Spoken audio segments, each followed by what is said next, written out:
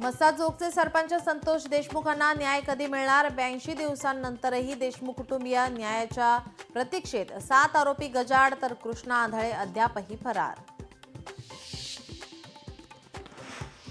बीड जिल्ह्याला पोलिसांची नापसंती. बदलीसाठी 107 पोलीस अधिकाऱ्यांचे अर्ज.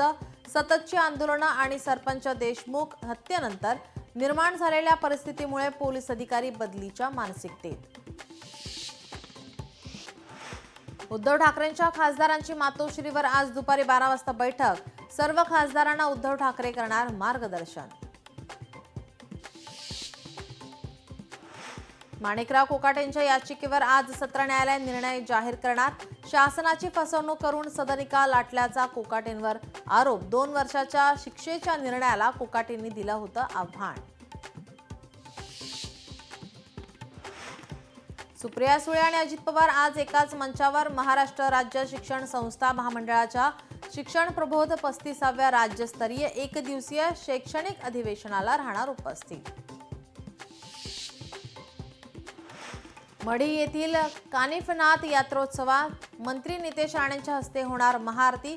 ग्रामस्थांचा मुसलमानांच्या व्यवसायाला बंदीचा निर्णय प्रशासनानं रद्द केल्यानं नितेश राणेंच्या भूमिकेकडे लक्ष. पुणे स्वारगेट बस अत्याचार प्रकरणातील आरोपीला 12 मार्चपर्यंत कोठडी. शिवाजीनगर कोर्टाचा निर्णय. दोघांमध्ये जे झालं ते सहमतीने झालं. आरोपी दत्ता गाडेच्या वकिलांचा दावा.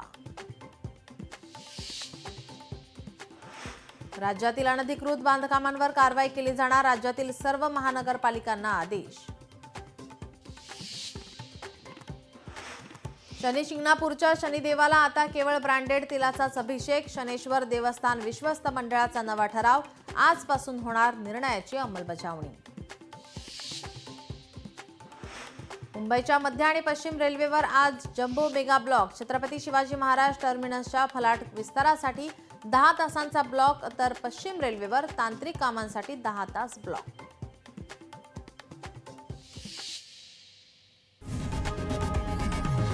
लोकशाही मराठी ऐका, पहा, जागरूक रहा.